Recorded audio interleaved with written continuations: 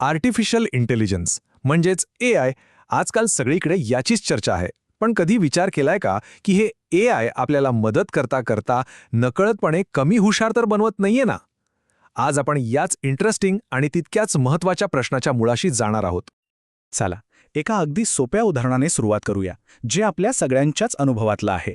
खरं सांगा, 10 वर्षापूर्वी जेवढे फोन नंबर्स आपल्याला तोंडपाठ होते, तेवढे आता आहेत का? बहुतेक नाही, कारण आता सगळं काही आपल्या फोनमध्ये सेव्ह केलेलं असतं. आणि हे फक्त फोन नंबर्सपुरतं मर्यादित नाही. विचार करा, आपल्याच शहरातल्या एखाद्या नव्या ठिकाणी जायचं असेल तर किती वेळा आपण रस्ता विचारायच्या ऐवजी सरळ गुगल मॅप्स लावतो. आपलं नॅव्हिगेशन ॲप्सवरचं अवलंबित्व खूप वाढलंय नाही का? हे जे छोटे छोटे बदल आहेत ना, तेच आपल्याला एका खूप मोठ्या आणि खरं सांगायचं तर थोड्या अस्वस्थ करणाऱ्या प्रश्नाकडे घेऊन जातात. तंत्रज्ञानावरचं हे अवलंबित्व आपली बुद्धिमत्ता कमी करतंय का? चला तर मग आता थोडं विज्ञानाच्या दृष्टिकोनातून पाहूया. या विषयावर अलीकडे झालेली काही संशोधने काय सांगतात ते समजून घेऊया. नुकतंच MITच्या मीडिया लॅबमध्ये एक अभ्यास झाला. यात 54 लोकांना सहभागी करून घेण्यात आलं आणि त्यांना एक निबंध लिहायला सांगितला गेला. गंमत पुढे आहे. या 54 लोकांना 3 वेगवेगळ्या गटांमध्ये विभागलं. पहिल्या गटाला ChatGPT वापरायला दिलं, दुसऱ्या गटाला Google सर्च आणि तिसऱ्या गटाला कोणतंच साधन दिलं नाही. आणि जे निकाल आले ते खरंच थक्क करणारे होते. EEG स्कॅनमध्ये स्पष्ट दिसलं की ज्या ग्रुपने ChatGPT वापरलं त्यांच्या मेंदूची ॲक्टिव्हिटी इतरांपेक्षा खूपच कमी होती. म्हणजे असं समजा की त्यांचा मेंदू जणू काही स्विच ऑफ मोडमध्ये गेला होता. आणि हे काही एकाच अभ्यासात आढळलेलं नाही. मायक्रोसॉफ्ट, कार्नेगी मेलन यांसारख्या मोठ्या संस्थांच्या अभ्यासातही हेच दिसून आलंय की जसजसं AIवरचं अवलंबित्व वाढतं तसतशी आपली सारासार विचार करण्याची क्षमता कमी होते. विशेषतः तरुण पिढीमध्ये हा परिणाम जास्त दिसतोय. विज्ञान या प्रक्रियेला एक नाव देतं, कॉग्निटिव्ह ऑफलोडिंग. सोप्या भाषेत सांगायचं तर आपण आपल्या मेंदूचं काम एका बाहेरच्या साधनावर म्हणजे AI किंवा इंटरनेटवर ढकलून देतो. पण थांबा, निष्कर्ष काढायची घाई नको. ही जी भीती आहे की नवीन तंत्रज्ञान आपल्याला मागे खेचतंय, ही काही आजची आहे का? की इतिहासातही असं काही घडलंय? इतिहासात डोकावलं तर लक्षात येतं की प्रत्येक मोठ्या शोधानंतर अशी भीती व्यक्त झाली आहे. जेव्हा लिखाणाचा शोध लागला तेव्हा सॉक्रेटिसला वाटलं होतं की लोकांची स्मरणशक्ती कमी होईल. कॅल्क्युलेटर आले तेव्हा वाटलं की मुलांचं गणित कच्चं राहील. आणि आता AIबद्दलही तसंच वाटतंय. इंटरनेटच्या काळात याला गुगल इफेक्ट किंवा डिजिटल ॲम्नेजिया असं नाव मिळालं. म्हणजे काय?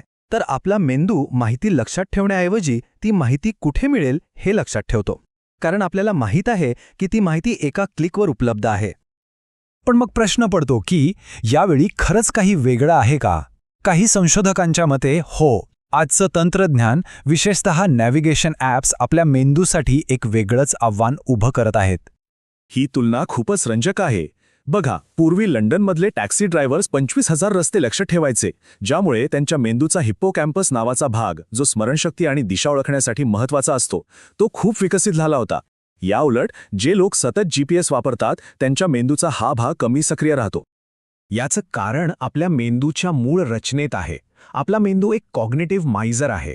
म्हणजे तो ऊर्जेची बचत करण्यासाठी नेहमीच सोपा मार्ग निवडतो, कमीत कमी कष्टात काम करायला बघतो. आणि इथेच खरा विरोधाभास आहे. तंत्रज्ञान आपलं आयुष्य सोपं करतंय, आपल्या मार्गातले अडथळे म्हणजे घर्षण कमी करतंय. पण आपल्या मेंदूला मजबूत आणि तल्लख राहण्यासाठी त्याच घर्षणाची, त्याच आव्हानांची गरज असते. मग आता करायचं काय? तंत्रज्ञान पूर्णपणे सोडून देणं तर शक्य नाही. मग यातून पुढे जाण्याचा योग्य मार्ग कोणता? सोय आणि बुद्धिमत्ता यात संतुलन कसं साधायचं? यावर आता एकमत होत आहे की AIला सोडायचं नाहीये, तर त्याला सोबत घेऊन आपल्या मेंदूला ट्रेन करायचं आहे. जसं आपण शरीर फिट ठेवण्यासाठी व्यायाम करतो, तसंच मेंदूसाठीही करायला हवं. Use it or lose it हाच नियम इथेही लागू होतो. आणि हे प्रशिक्षण कसं देता येईल? तर काही गोष्टी आपण मुद्दामहून करू शकतो. जसं की मनातल्या मनात गणितं करणं, छोट्या छोट्या गोष्टी लक्षात ठेवायचा प्रयत्न करणं, एकाग्रता वाढवणं, नवीन शब्द शिकणं आणि तर्कशुद्ध विचार करणं. थोडक्यात एक संतुलित दृष्टिकोन ठेवणं गरजेचं आहे. AIचा वापर कामं सोपी करण्यासाठी करा, विचार करण्यासाठी नाही. मूलभूत कौशल्यांचा सराव तंत्रज्ञानाशिवाय करा आणि मेंदूला आव्हान देणाऱ्या ॲक्टिव्हिटीजसाठी आवर्जून वेळ काढा. आपलं ध्येय सोय किंवा बुद्धिमत्ता यापैकी एक निवडणं नाही, तर तंत्रज्ञानाची सोय आणि आपल्या मेंदूची ताकद या दोन्हींचा फायदा कसा घेता येईल हे बघणं आहे.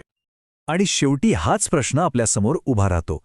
भविष्यात जसजसं तंत्रज्ञान आपली अधिकाधिक कामं करू लागेल, तेव्हा आपण आपल्या मेंदूला तल्लख आणि तीक्ष्ण ठेवण्यासाठी कोणती आव्हानं स्वीकारणार आहोत, याचा विचार आपण प्रत्येकाने करायला हवा.